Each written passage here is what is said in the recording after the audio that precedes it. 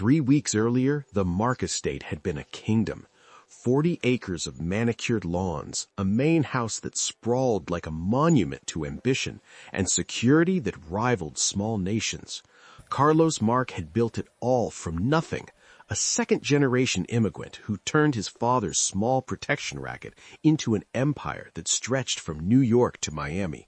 Drugs, construction, political influence, the kind of power that made senators return his calls and rivals disappear. But empires, Carlos was learning, required more than muscle and money. They required strategy. They required loyalty. They required the kind of brilliant, ruthless mind that could see 3 moves ahead while everyone else was still processing the board. They required Victoria. She'd been a corporate lawyer when they met, sharp, elegant, with a mind that could dismantle contracts and rebuild them to her advantage. Carlos was 28, hungry and foolish enough to think he could conquer the world alone. She'd proven him wrong in a merger negotiation that cost him $2 million and earned his respect. 6 months later, she'd left her firm to become his strategist. 6 months after that, his wife.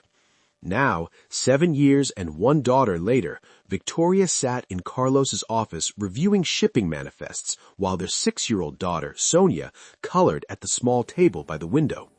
The child had her mother's warm brown skin and her father's dark eyes, a perfect blend of the 2 worlds that had created her. "Daddy, look!" Sonia held up a drawing of their family, stick figures holding hands in front of a house that looked nothing like the fortress they lived in. Carlos glanced up from his phone, smiled briefly. "Beautiful, princess. Show Mama." He returned to his screen before Sonia's face could fall. Victoria saw it, though. Saw the way her daughter's shoulders slumped, the way she turned to her mother instead, seeking the validation her father had stopped providing. Victoria pulled Sonia onto her lap, pressing a kiss to her curls, and felt the familiar weight of doing the emotional labor for 2 parents. "It's perfect, baby. We'll put it on the fridge." Carlos's phone rang. He answered without checking the caller ID, a habit that used to annoy Victoria, but now barely registered. She'd learned to tune out the constant stream of business, the urgent crises that pulled him away from family dinners, from bedtime stories, from the small moments that built a childhood. But this time, Carlos went still. Victoria looked up, something cold sliding down her spine at the expression on his face. Not anger, not concern, something worse. Recognition mixed with longing, the look of a man seeing something he thought he'd lost forever. "I'll be right there," he said quietly, and ended the call. "Victoria?" She set Sonia down gently. "What is it?" He was already standing, reaching for his jacket. "I need to go." "We have Sonia's recital in 2 hours. You promised." "I know. I'll be back." He kissed Victoria's forehead, the gesture mechanical, his mind already elsewhere. He crouched beside Sonia. "Be good for Mama, princess. Daddy will see you dance later, okay?" It was a lie. Victoria knew it the moment the words left his mouth. She'd heard that promise 100 times, watched him break it 100 more. "Who called?" Victoria asked, following him to the door. Carlos hesitated, his hand on the doorknob. When he turned back, there was something in his eyes Victoria had never seen before. Guilt mixed with something that looked almost like apology. Olivia. The name hit Victoria like a physical blow. Olivia Laurent, the ghost that lived in the spaces between them. The woman Carlos loved before Victoria, before the empire, before everything. The woman who'd left him 6 years ago when his ambitions were still dreams and his bank account was still empty. Chosen safety and legitimacy over the dangerous man with dangerous plans. "She's in trouble," Carlos continued, and Victoria heard the protective edge in his voice, the instinct to save that he'd once directed at her. "The Volkov syndicate. She says they're hunting her. She doesn't have anyone else." "She had someone else 6 years ago," Victoria said, her voice carefully controlled. "She had a husband, a safe life. What happened to that?" "I don't know, but she's terrified, Victoria. I have to." "You have to go to your daughter's recital." Her hand moved unconsciously to her stomach, to the small swell she hadn't told him about yet. 3 months pregnant, and she'd been waiting for the right moment. Waiting for him to be present enough to care. Waiting for him to be present enough to care. You promised her. Carlos looked torn for exactly 3 seconds. Then he opened the door. I'll make it up to her. To both of you. He left. Victoria stood in the doorway, listening to the sound of his car disappearing down the drive, and felt the first crack in the foundation of everything they'd built together. Behind her, Sonia was crying quietly, her recital dress laid out on the couch, her father's broken promise already teaching her the lesson Victoria had been trying to shield her from. Some men, no matter how much power they wielded, would always be slaves to the past. And some women, no matter how strong, had to choose when enough was finally enough. Victoria picked up her phone and called her sister. I need you to take Sonia to her recital. Something's come up. But what had actually come up was clarity. Cold, brutal clarity that her husband was choosing a memory over their reality. And she needed to decide how long she was willing to watch him make that choice. Victoria's hands were shaking when she set the ultrasound images on Carlos's desk. 3 grainy pictures that showed a baby she wasn't sure would make it to term. The doctor's words still echoed in her head. Placental insufficiency. Bed rest recommended. We'll need to monitor closely. There's a significant risk of premature delivery. She'd driven herself to the appointment because Carlos had been handling the Olivia situation. She'd sat alone in that sterile room while the technician's face grew increasingly concerned because Carlos had calls to make, crises to manage, a woman to save who wasn't his wife. Now she stood in his office at 11 at night because Carlos had exactly 5 minutes before the next shipment briefing, and Victoria had learned that 5 minutes of his scattered attention was all she could reasonably expect anymore. He didn't look up from his laptop. The monitors on the wall behind him showed security feeds from 3 different warehouses, an empire that never slept, an empire that Victoria had helped build, deal by strategic deal, risk assessment by risk assessment. She'd been the one to identify the weak points in the Volkov supply chain. She'd been the one to negotiate the peace treaty with the Costello family that had saved Carlos from a war he couldn't win. She'd been the architect of his success. And now she was an interruption. Carlos? 1 second. His fingers moved across the keyboard, his jaw working a piece of gum he'd been chewing since breakfast. The same breakfast where she'd tried to tell him about the appointment, only to have him leave mid-sentence when Olivia texted that she'd spotted a suspicious car outside her hotel. She waited. 30 seconds. A minute. 2 minutes. Her hand drifted to her stomach, pressing gently against the place where their second child was struggling to grow, struggling to survive in a body that was too stressed, too exhausted, too worn down by carrying both a pregnancy and a marriage alone. Finally, he closed the laptop, looked at her, really looked at her for the first time in days, and Victoria saw the moment he registered her pallor, the dark circles under her eyes, the weight she'd lost despite being pregnant. What is it? Are you sick? I'm pregnant. Carlos blinked. I know, you told me. What, 3 months ago? 4. And that's not... She picked up the images, held them out with trembling hands. There's a problem. The baby. The doctor says there's something wrong with the placenta. It's not getting enough nutrients, enough oxygen. I'm high risk now. They want me on bed rest, and they're talking about early delivery if things don't improve. They're talking about... Her voice cracked. They're talking about the possibility that we might lose...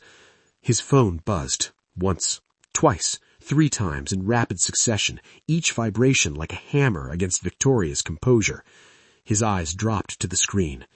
Carlos, please, just listen. Just for 5 minutes, can you? I am listening. But his thumb was already swiping, his face hardening as he read whatever message had just shattered his focus.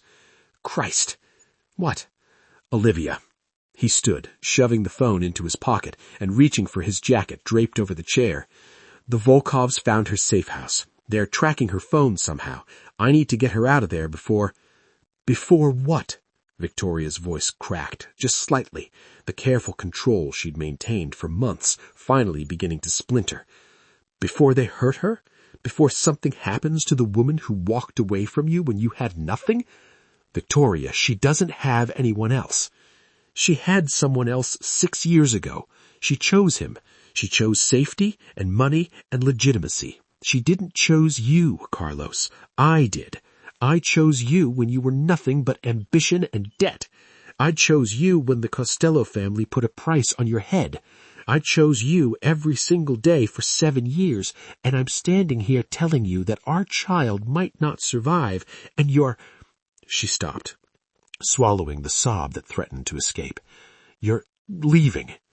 Carlos stopped, his hand on the doorframe, and for a moment, one crystalline moment, Victoria thought he might stay, thought he might remember that the woman in front of him was real, bleeding, carrying his child in a body that was betraying her, thought he might choose the life they'd built over the ghost of a life that never truly existed. This is different, he said quietly, and the words were a knife between her ribs. She's in danger, real danger. The Volkovs don't make threats, they make examples. If I don't help her, she could be... So am I. The words hung between them, fragile and terrible and desperately true.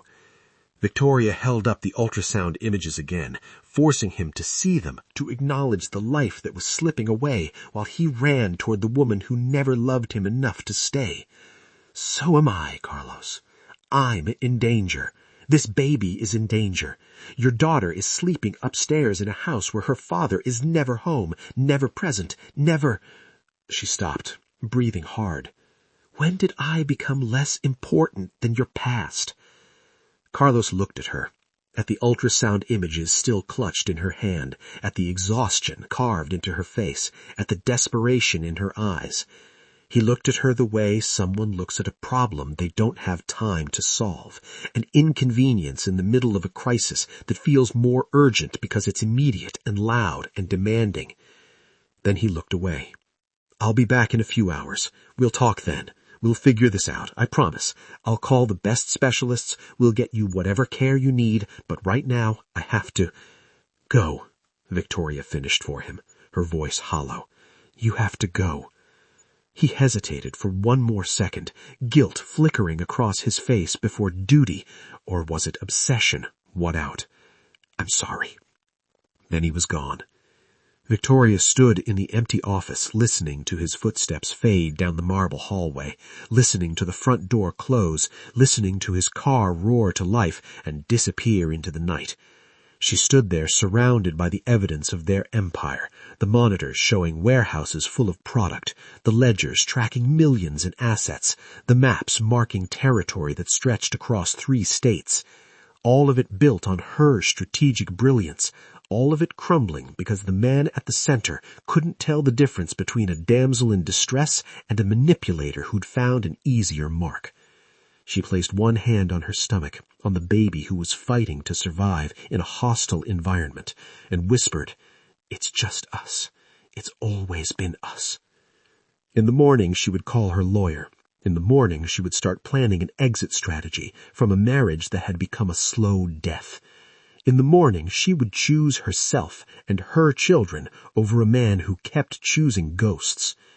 But tonight, she sat in his office and let herself grieve the man she thought he was, the father she'd hoped he'd become, and the love that had died somewhere between ambition and obsession. The balloons had started to sag by the time Victoria stopped checking her phone. Pink and gold, Sonia's favorite colors, drooping in the corners of the living room like deflated hope.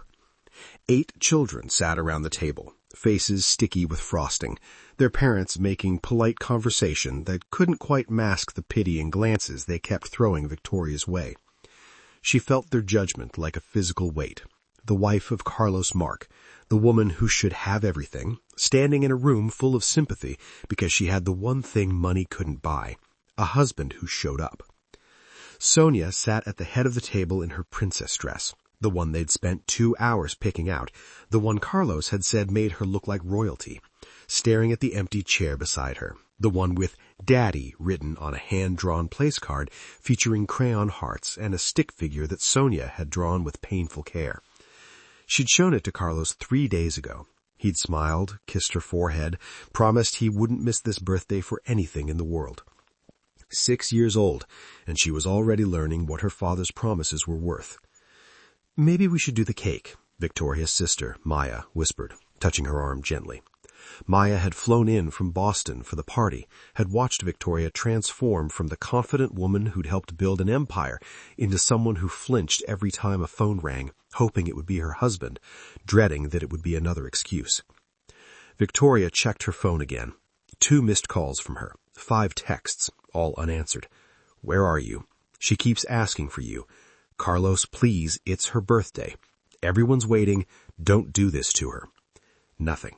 Not even the read receipt she'd learned to dread because it meant he'd seen her words and chosen silence anyway. "Mommy!" Sonia's small voice cut through the chatter and the room went quiet.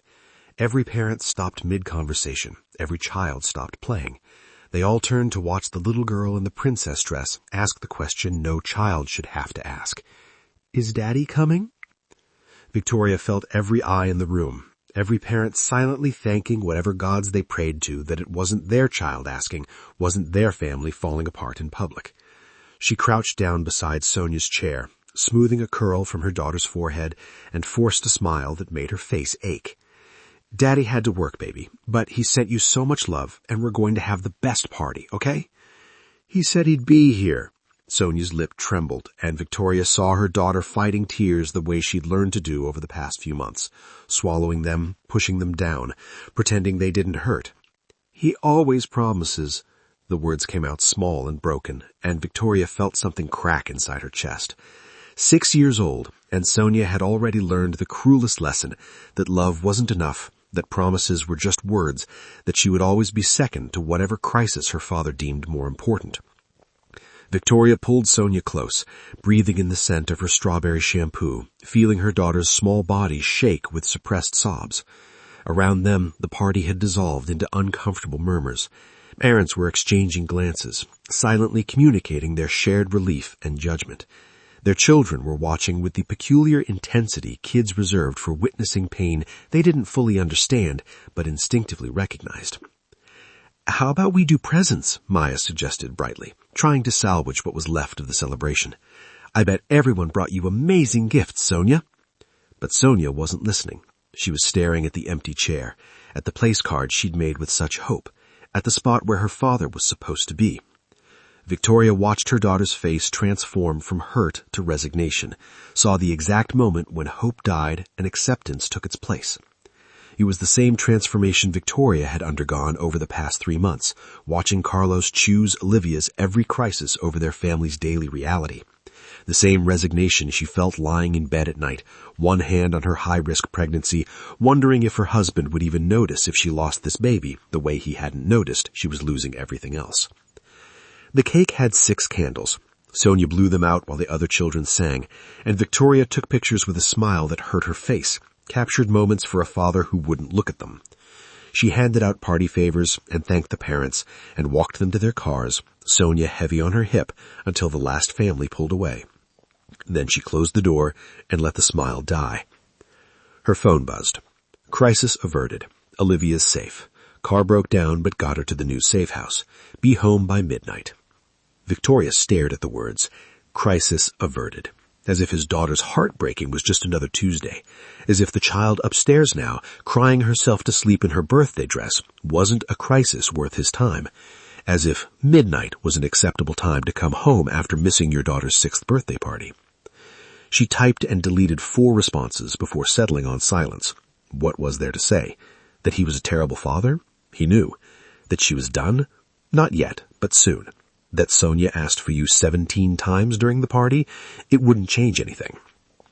Sonia was already asleep when Victoria carried her upstairs, tear tracks still visible on her cheeks, her princess dress wrinkled from being cried into. She laid her down gently, tucked the blanket around her small body, and pressed a kiss to her forehead. "I'm sorry," she whispered. "I'm sorry he keeps doing this to you. I'm sorry I keep letting him do this." She stood in the doorway for a long time, one hand on her growing belly, watching her daughter sleep. 2 children, she thought. One born, one coming. Both with a father who was never there. Both learning that they would always be second to whatever ghost he haunted him, whatever past he couldn't let go of, whatever manipulation he couldn't see through. When Carlos finally came home at 1:30 in the morning, not midnight, never when he said, Victoria was packing. Not frantically, not dramatically, just methodically, folding clothes into suitcases, sorting through documents she'd need, making lists of what came next. She heard his footsteps stop in the bedroom doorway. "What are you doing?" Victoria didn't turn around. She continued folding one of Sonia's dresses, the princess dress from the party, still damp from tears. "What I should have done the first time you chose Olivia for us." "Victoria, she asked for you 17 times during her party." Victoria steadied, clinical. 17 times during her party she asked where her daddy was, and I had to watch her face change every time I said you were working. I watched hope die in my 6-year-old daughter's eyes, Carlos. I watched her learn that her father's love comes with conditions and caveats and constant disappointment. "I'll make it up to her." "How?" Victoria finally turned, and Carlos took a step back at the expression on her face. "How will you make up for teaching her that she doesn't matter, that birthday parties and promises and her entire existence is less important than whatever crisis Olivia manufactures next?" "That's not fair." "Fair?" Victoria laughed, the sound bitter and broken. "You want to talk about fair? I'm carrying your child in a high-risk pregnancy. I told you 2 days ago that I might lose this baby, and you left anyway. You left your wife and your daughter for a woman who abandoned you 6 years ago. So tell me, Carlos, what part of any of this is fair?" He had no answer, just stood there in the doorway of their bedroom, surrounded by the life they'd built, and watched it end. The pain hit at 3 in the morning, like a knife twisting in Victoria's abdomen, sharp and wrong, radiating from her lower back and wrapping around her like a vice trying to squeeze the life from her womb. She reached for her phone on the nightstand, breath coming in shallow gasps, and called Carlos. It went straight to voicemail. She tried again, her fingers trembling so badly she almost dropped the phone. Voicemail. The sheets beneath her were damp. When she pulled back the covers with shaking hands, her heart stopped. Too much fluid, too much blood, too early. 28 weeks. The baby wasn't supposed to come for another 3 months, wasn't ready, wasn't viable. No, that wasn't true anymore. 28 weeks could survive. The doctors said 28 weeks had a chance, but only with immediate medical intervention. She dialed again. "Carlos, please." The contraction hit mid-sentence, doubling her over, stealing her breath and her words. The phone slipped from her hand, clattering to the floor, Carlos's voicemail greeting echoing from the speaker like mockery. Across the city, in a warehouse district that smelled of oil and rust and the particular terror that came before violence, Carlos stood behind a shipping container with his gun drawn. Olivia crouched beside him, mascara running down her cheeks in calculated streams, her breathing ragged in a way that might have been real fear or practiced performance. Carlos had stopped being able to tell the difference. 3 of his men formed a perimeter. Marco, his lieutenant, kept glancing at Carlos with an expression that might have been concern or judgment. The Volkovan forces had tracked Olivia to a restaurant where she'd been meeting, according to her, an old friend who might provide protection. According to the intel Marco had quietly gathered, a journalist writing an exposé that would drag Olivia's name through the mud, and, by extension, Carlos's reputation with it. He'd pulled her out mid-dinner, and the Volkovs had followed. Now they were pinned down in a warehouse at 3 in the morning while Carlos's phone buzzed relentlessly in his pocket. He ignored it. "How many?" he called to Marco. 4, maybe 5. They're circling around the east side, trying to flank us. Marco paused. "Boss, your phone." "Handle the Volkovs. I'll check it later." Another buzz. Another. Carlos's jaw tightened with irritation. Victoria knew better than to call repeatedly unless it was an emergency, but she'd been dramatic lately, emotional, claiming every inconvenience was a crisis. The pregnancy hormones, probably. He'd deal with it when this was over. "Thank you," Olivia breathed, her hand finding his arm, her fingers trembling against his jacket. I don't know what I'd do without you, Carlos. You're the only person who's ever protected me. The words should have felt hollow, should have triggered the memory of 6 years ago when she'd walked away from him, chosen another man, another life. But in the moment, with bullets ricocheting off metal and danger crackling in the air, Carlos felt needed in a way Victoria had stopped making him feel. Victoria was competent, capable, always handling everything herself. Olivia needed him, depended on him, made him feel like the hero he'd always imagined himself to be. His phone buzzed again. Gunfire erupted from the far end of the warehouse, and Carlos moved on instinct, returning fire with the precision of a man who'd built an empire on violence. The Volkovs scattered, his men advanced, and his phone kept buzzing in his pocket like a heartbeat he'd learned to ignore. Victoria managed to call her sister with the last of her strength, managed to gasp out the address before another contraction stole her voice. She heard sirens in the distance, or maybe that was just the ringing in her ears. Her vision blurred at the edges, darkness creeping in like a tide. The baby was coming, too small, too soon, 28 weeks and fighting for life before life had truly begun. She called Carlos one more time. This time it didn't even ring. Straight to voicemail, which meant he'd declined it manually, had looked at her name on his screen and chosen not to answer. The paramedics found her on the bathroom floor, pale and barely conscious, her phone clutched in one hand and the other pressed to her stomach, as if she could hold the baby inside through will alone. Blood pooled beneath her, stark and terrible against white tile. "Ma'am, can you hear me? Ma'am?" "My baby. Please, my baby." "We've got you. You're going to be okay. Is there someone we can call?" She gave them Carlos's number through tears and fading consciousness. They tried 5 times while loading her into the ambulance, 5 times while racing through empty streets towards the hospital, sirens wailing, 5 times while Victoria drifted in and out of consciousness, whispering her husband's name like a prayer he'd never answer. By the time Carlos finally looked at his phone, standing in the warehouse with Olivia safe and the Volkovs retreating and his men celebrating a victory that felt increasingly empty, he had 23 missed calls. 17 from Victoria, 6 from a number he didn't recognize, listed as Memorial Hospital Emergency. The first voicemail was Victoria's voice, strained and desperate. "Carlos, please, something's wrong. I need you to—" It cut off with a sound that made his blood run cold. The second was clinical, professional, devastating. "Mr. Mark, your wife has been admitted to Memorial Hospital. She's in active premature labor at 28 weeks. The situation is critical. Please come immediately." Carlos froze, Olivia's relieved laughter still echoing in his ears, her head resting on his shoulder in gratitude, and felt the bottom drop out of his world. He was running before the third voicemail finished playing, but he was already too late. He was always too late. Carlos burst through the hospital doors at dawn, his shirt still smelling of gunpowder and fear. Olivia trailing 2 steps behind him because she'd insisted on coming, insisted she needed to thank Victoria personally for understanding, for sharing Carlos during her crisis. He'd been too frantic to argue, too desperate to think clearly about what it meant to bring the other woman to his wife's bedside. The nurse at the desk looked up, her expression carefully neutral in the way that meant she'd already heard too much, seen too much, judged too much. "Victoria Mark," Carlos said, his voice hoarse from shouting orders at his men, from the drive through traffic he'd taken at twice the speed limit. "She was brought in, premature labor, 28 weeks. Where is she?"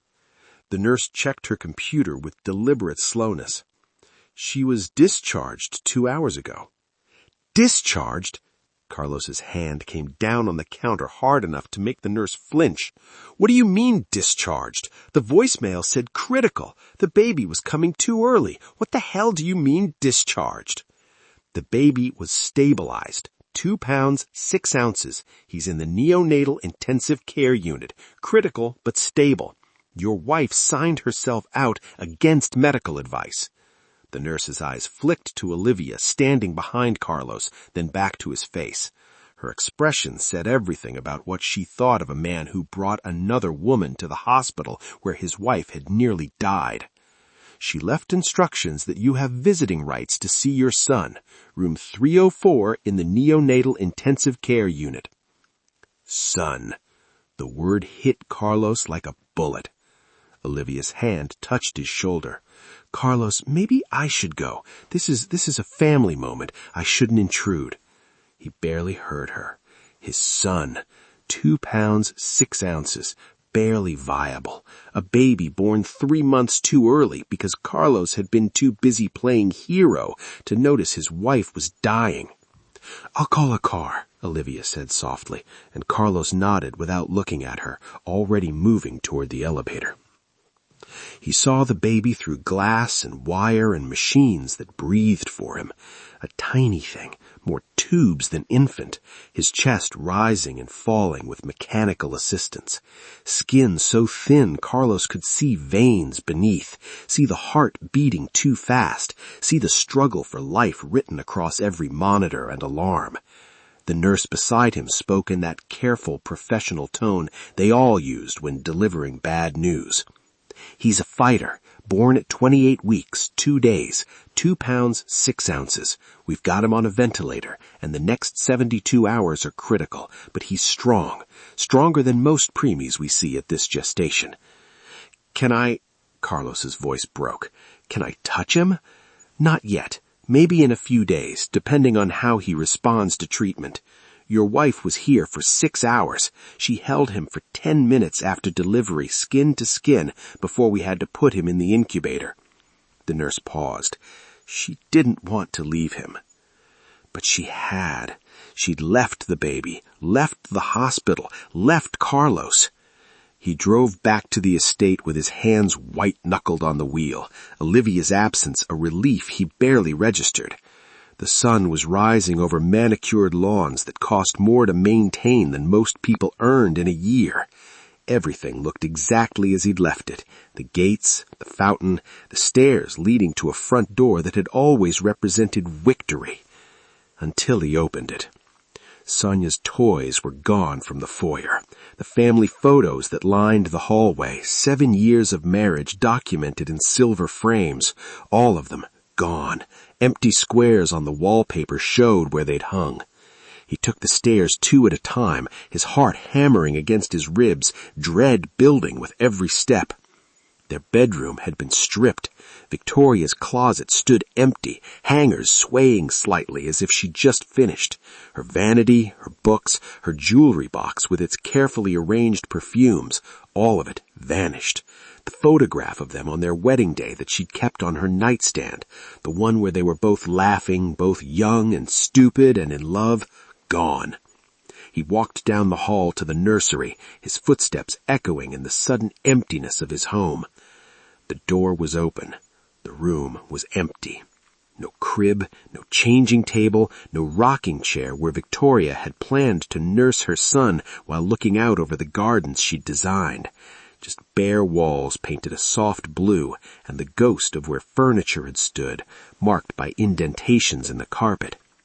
The mobile that had hung above the crib, gone. The bookshelf Victoria had been filling with children's stories, gone. Even the curtains had been taken, leaving bare windows that let in harsh morning light. An envelope sat on the windowsill, stark white against blue paint.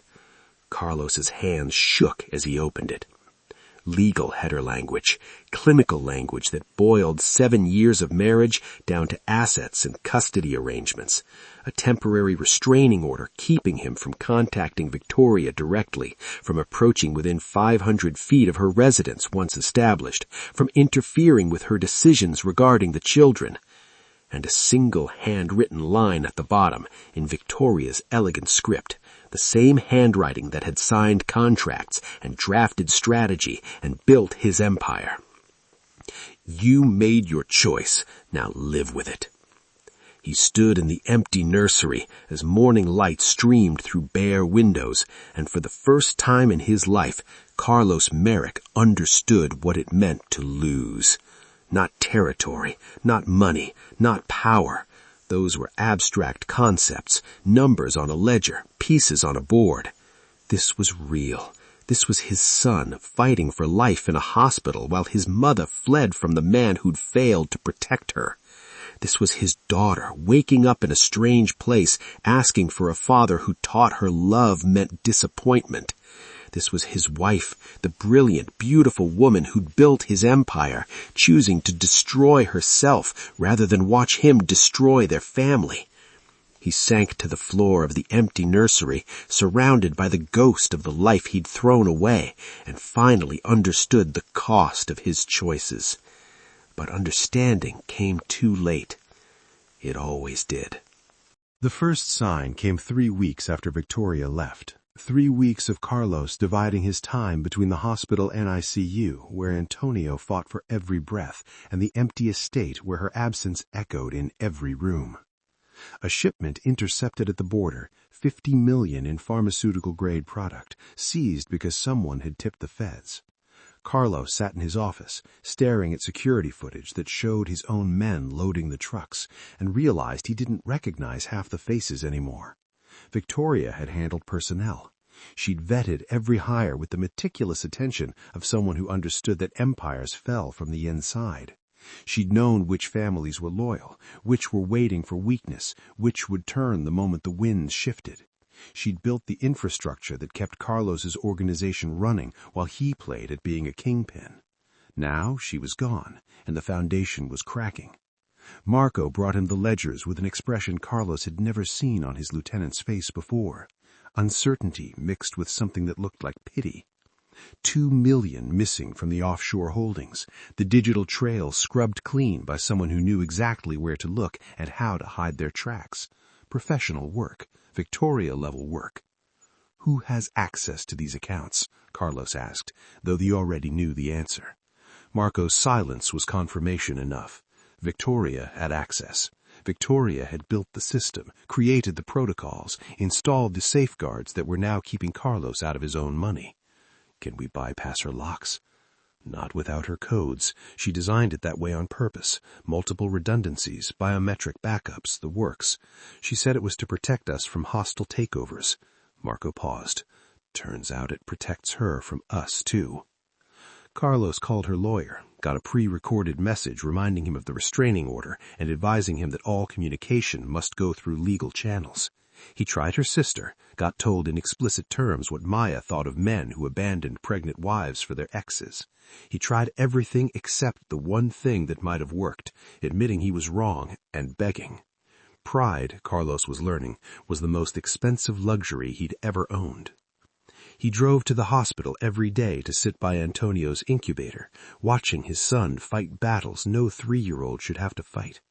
The nurses knew him now, the father who came at odd hours, who stared through the glass like he could will his son to survive. They didn't know that Carlos was also willing himself to survive, that watching Antonio breathe was the only thing keeping Carlos from drowning in the consequences of his choices.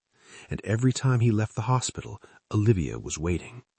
She'd been staying at one of his properties, a penthouse in Manhattan that Victoria had never liked because it was too cold, too modern, too much like a museum and not enough like a home.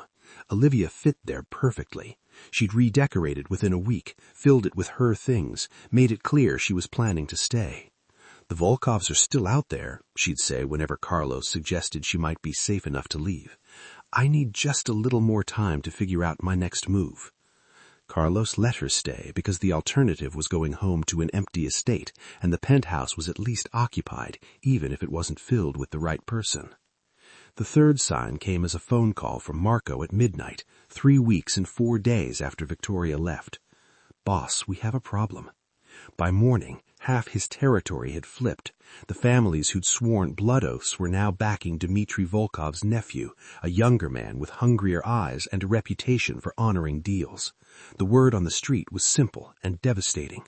Carlos Mark had gone soft, distracted by a woman who'd left him, abandoned by the genius who'd built his operation, weak. In the underworld Carlos had spent 15 years conquering, weakness was a death sentence. Carlos stood in his office, the same office where Victoria had tried to tell him about the pregnancy complications, where he'd chosen to leave her mid-sentence, and watched his empire crumble in real time. Shipments rerouted, soldiers defecting, money evaporating into accounts he could no longer access. The dominoes Victoria had carefully arranged, now falling in a pattern that felt almost deliberate, like she'd built in a self-destruct sequence only she could trigger. He turned to tell Olivia he needed space to think, to plan, to salvage what was left, and found her standing in the doorway with 2 suitcases. Designer luggage, packed with care, ready to go. "Olivia." "I'm sorry, Carlos." She almost sounded like she meant it. "But this isn't what I signed up for." "What are you talking about? You said you needed protection." "I needed your protection, your power." She glanced around the office with its dark screens and silent phones at the empire that was imploding. "You don't have that anymore." The words hit like a physical blow. "I'm rebuilding. It's temporary."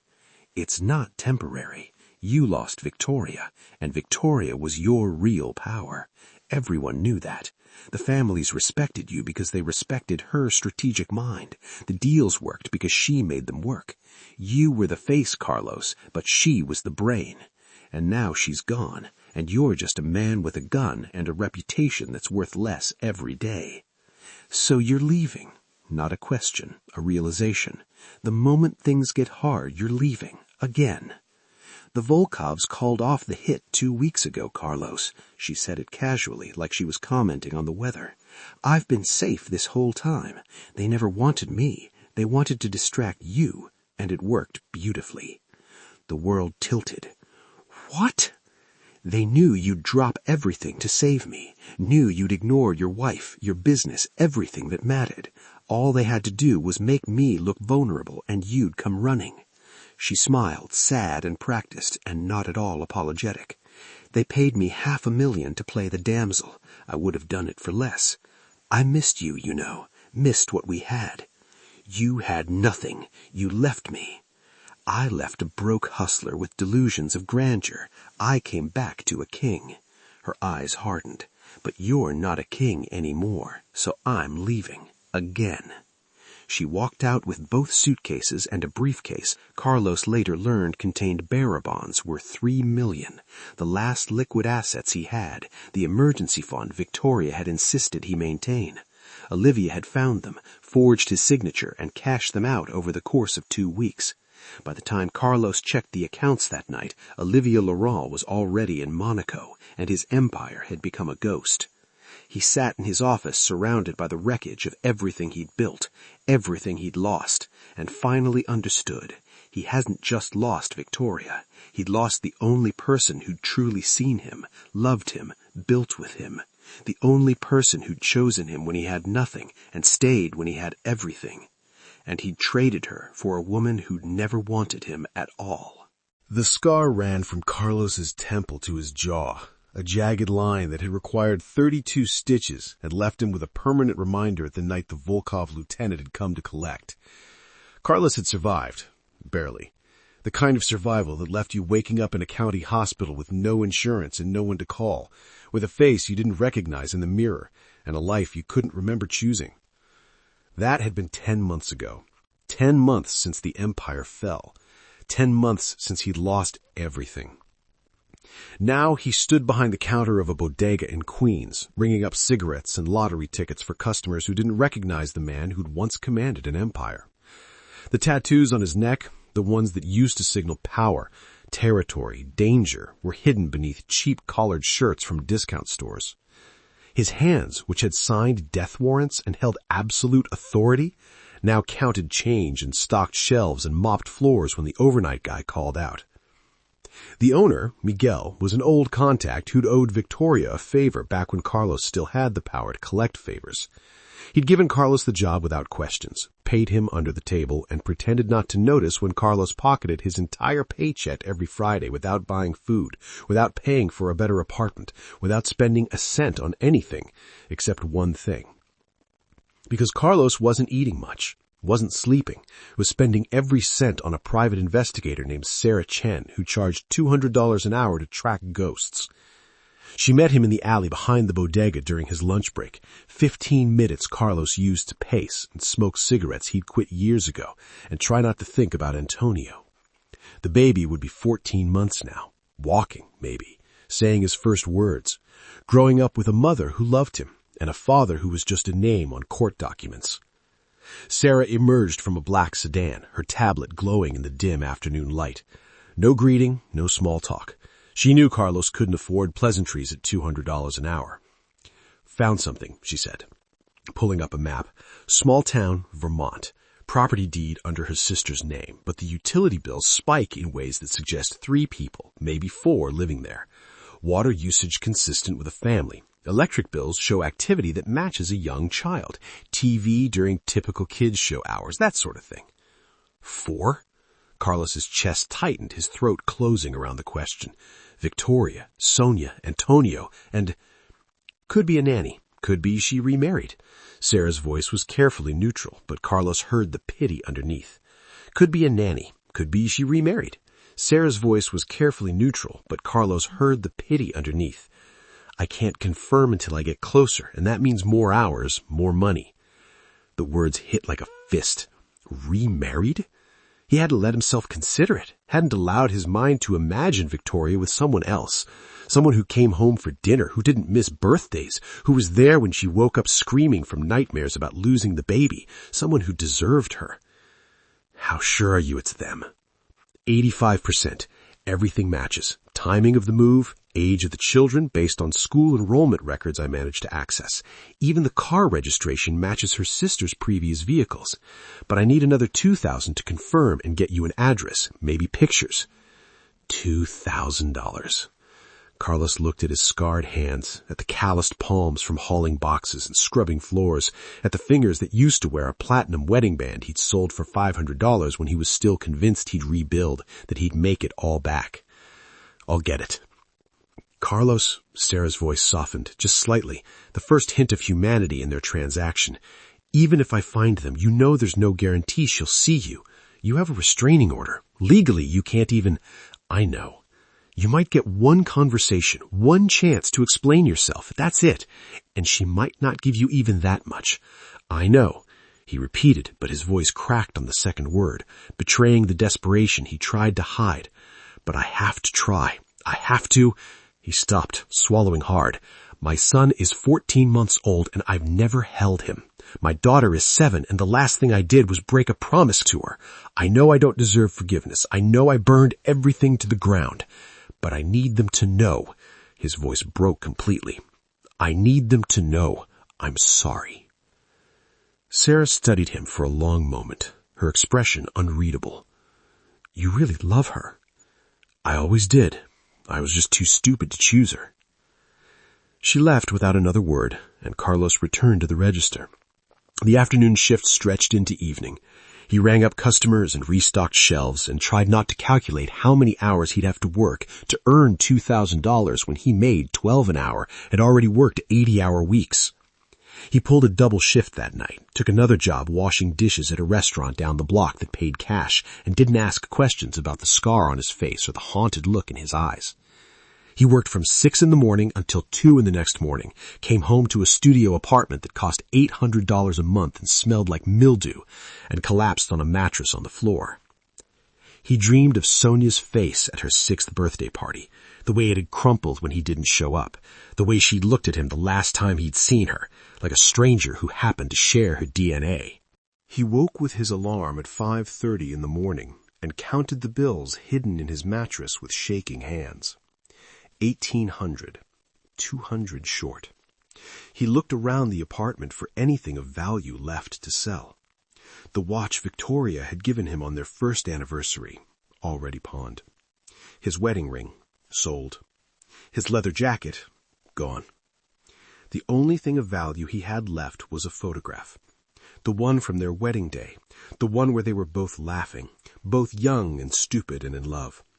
Victoria had left most of their photos behind when she'd stripped the house, but this one had been in his wallet, creased and worn from being carried through the empire's rise and fall.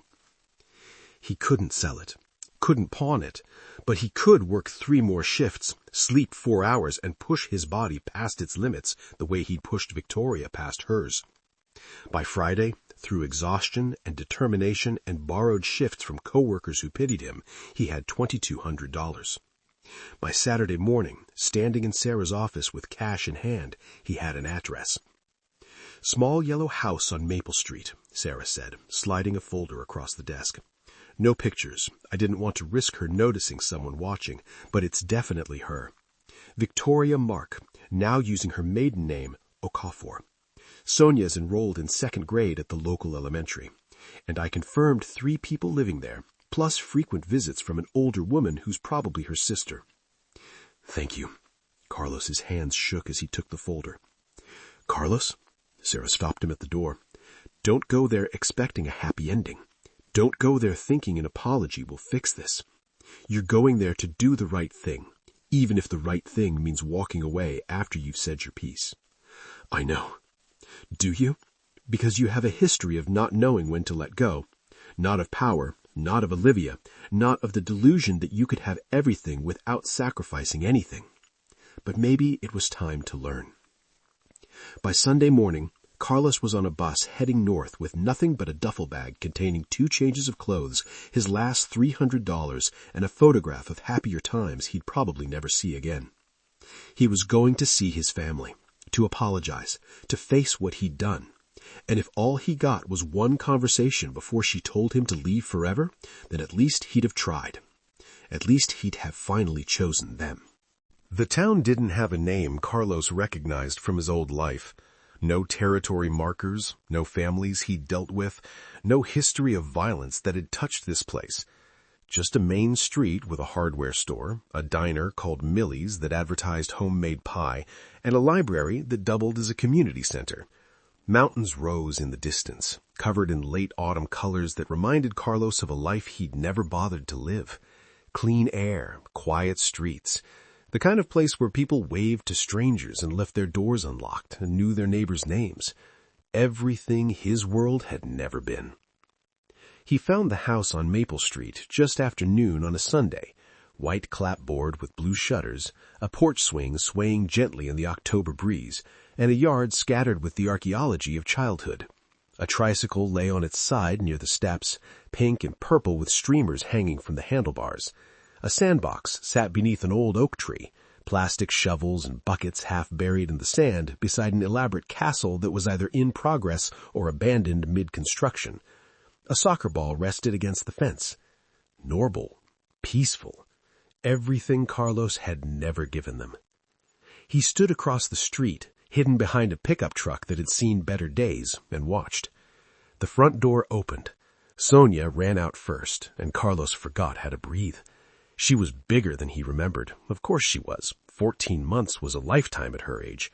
7 years old now, her legs longer, her face less round, more of the beautiful woman she'd become than the little girl he'd left behind.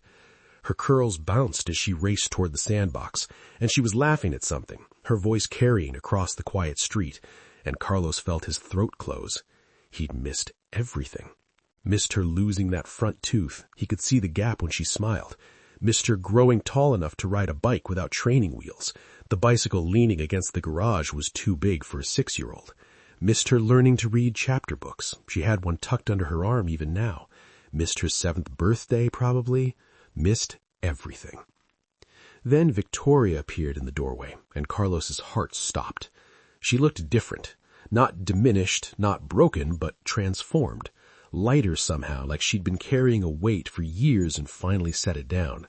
Her hair was longer, pulled back in a simple ponytail. She wore jeans and a chunky sweater that'd seen better days. Nothing like the designer clothes that used to fill her closet. No makeup, no jewelry except for a simple watch. Her feet were bare, despite the autumn chill.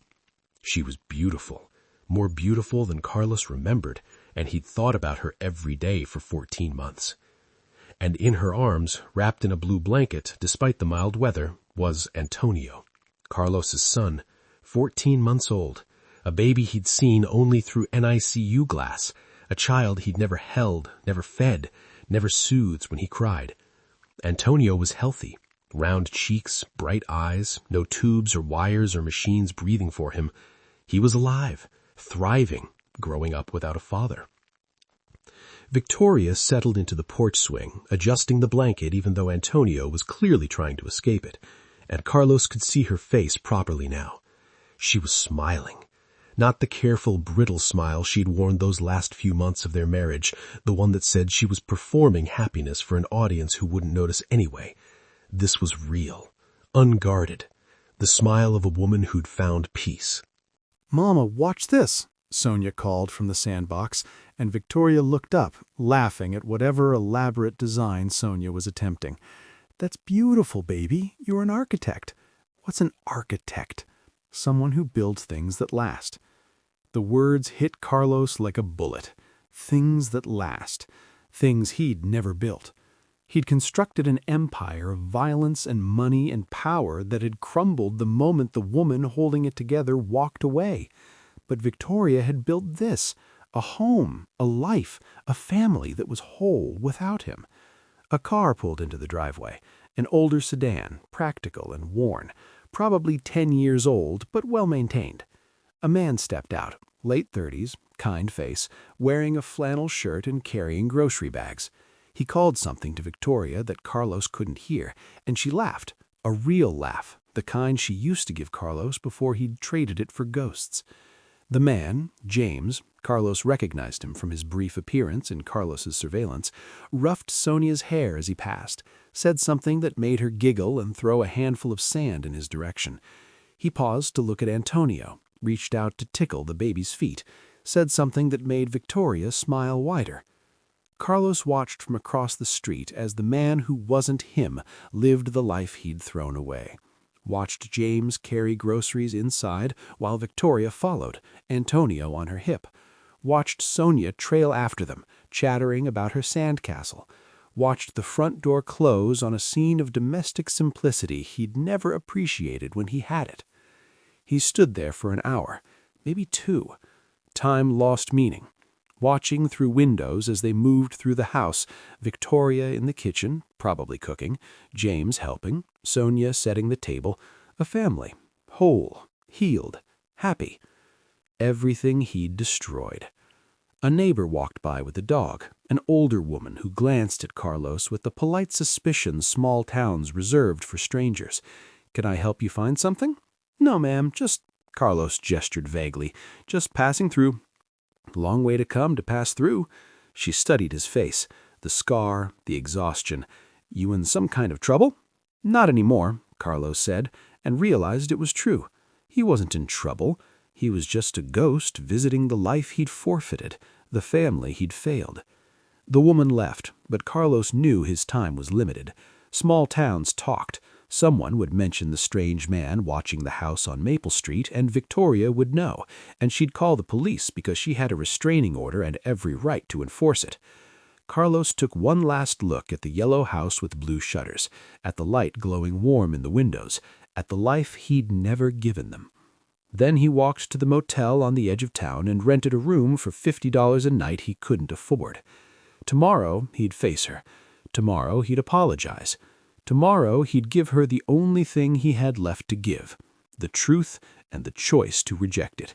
But tonight he sat on a motel bed that smelled like bleach and regret, and let himself grieve the man he'd been and the father he'd never become. Carlos waited 3 days before approaching the house. 3 days of watching from a distance, learning the rhythms of their life the way he should have learned them when it was his life too. Victoria took Sonia to school at 8:15 every morning, holding Antonio on her hip while she walked her daughter to the bus stop. She came home to nurse Antonio. Carlos could see her settling into the rocking chair by the window, the peaceful domesticity of it making his chest ache.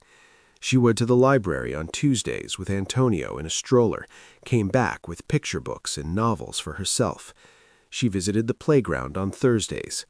James showed up most evenings around 6, bringing groceries or takeout, staying for dinner but leaving by 8. Not a boyfriend, not a replacement, just Victoria's brother-in-law helping out while Maya was traveling for work. Family. The concept felt foreign to Carlos, who'd built his life around loyalty bought with money and enforced with fear. Family was supposed to show up, was supposed to help without expecting payment, was supposed to love you even when you didn't deserve it. He'd had that once. He'd thrown it away. On the fourth day, Carlos walked up to the yellow house at noon when Sonia was at school and the street was empty. He'd rehearsed a dozen speeches during the long bus ride north, discarded them all during 3 days of watching. There were no words that could undo what he'd done, no apology that could resurrect the life he'd killed. He was here to face consequences, not avoid them. He knocked. The door opened, and Victoria froze. Her face went pale, then hard in quick succession, her hand instinctively moving to the phone in her pocket. Behind her, Carlos could see into the house, toys scattered on the floor, photographs on the walls showing Sonia and Antonio, but noticeably excluding any images of him, a life that had erased him completely. "I'm not here to cause trouble," Carlos said quickly, raising his hands to show they were empty. I need 5 minutes, please." "You need?" Her voice was ice, pure crystalline ice that cut more effectively than any knife. "You don't get to need things anymore, Carlos. You gave up that right when you chose Olivia over your pregnant wife, when you ignored my calls while I was bleeding out, when you—" "I know," he cut her off, not because he deserved to speak, but because he couldn't bear to hear the catalog of his failures in her voice. He knew them all, had lived with them for 14 months. "I know what I did. I know I don't deserve 5 minutes or 5 seconds, but I'm asking anyway. You have a restraining order. In New York. This is Vermont." He swallowed. "I'm not trying to violate anything or put you in danger. I need to apologize. Then I'll leave if you want. I'll never come back. But please let me say I'm sorry." Antonio started crying somewhere inside, a sound Carlos had never heard in person, his son's cry. Victoria's jaw tightened, torn between slamming the door and the pull of her child. "Wait here," she said finally, and disappeared inside. Carlos waited on the porch, his heart hammering. Through the window, he could see Victoria moving through the house, lifting Antonio, settling him against her shoulder. The baby quieted immediately, soothed by her mother's presence. Victoria stood there for a moment, whispering something Carlos couldn't hear, probably calming herself as much as her son. When she returned, Antonio was still in her arms, a barrier between them. She stepped onto the porch and closed the door behind her, putting herself between Carlos and the life she'd built. 5 minutes, she said. Carlos reached into his jacket, slowly, carefully, watching Victoria tense at the movement. He pulled out an envelope, worn from being carried for 3 days. Everything he had left. $73,000 in cashier's checks, scraped together from a lockbox Victoria didn't know about. Funds he'd hidden even from himself, in case the empire fell. It had. "This is for them," he said, holding the envelope out with shaking hands. "For Sonia, for Antonio, college, medical bills, whatever they need. I know it's not enough. I know it doesn't fix anything. I know $73,000 is nothing compared to what I owe you, but it's everything I have." Victoria stared at the envelope like it might explode. "I don't want your money. It's not for you. It's for them. Please." He pushed it toward her again. "I'm not trying to buy forgiveness. I'm not trying to buy my way back in. I need to know they'll be okay." She took it finally, her fingers brushing his for half a second before she pulled back like he'd burned her.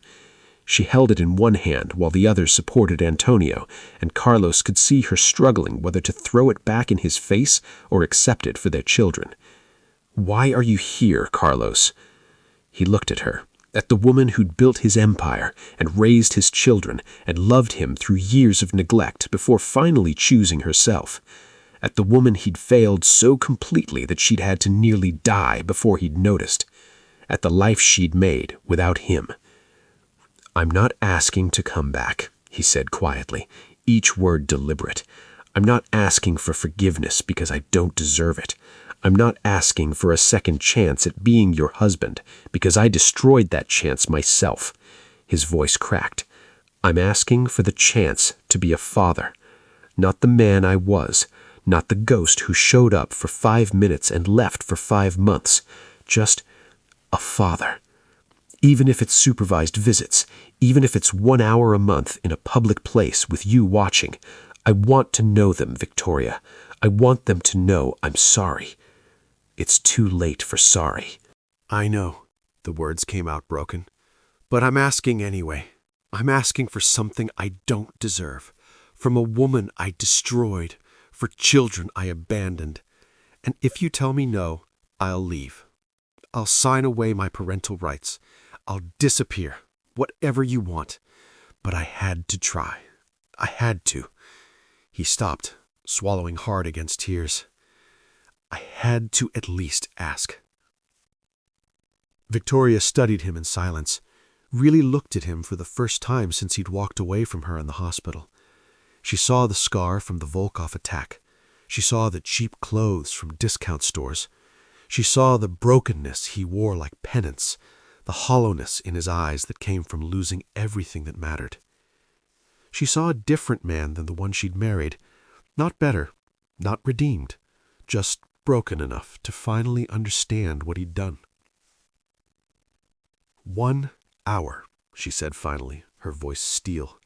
"Saturday afternoons, 2 to 3, at the playground in town where it's public. You miss one, you're done. You show up late, you're done. You make any of my children cry, you're done.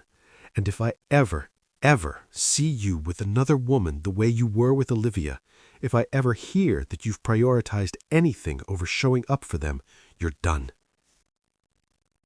Carlos exhaled like he'd been holding his breath for 14 months. "Thank you." "Don't thank me," Victoria said sharply. "Prove it. Prove you've changed. Prove you can show up. Prove you're worth the risk I'm taking by letting you near them again." "I will.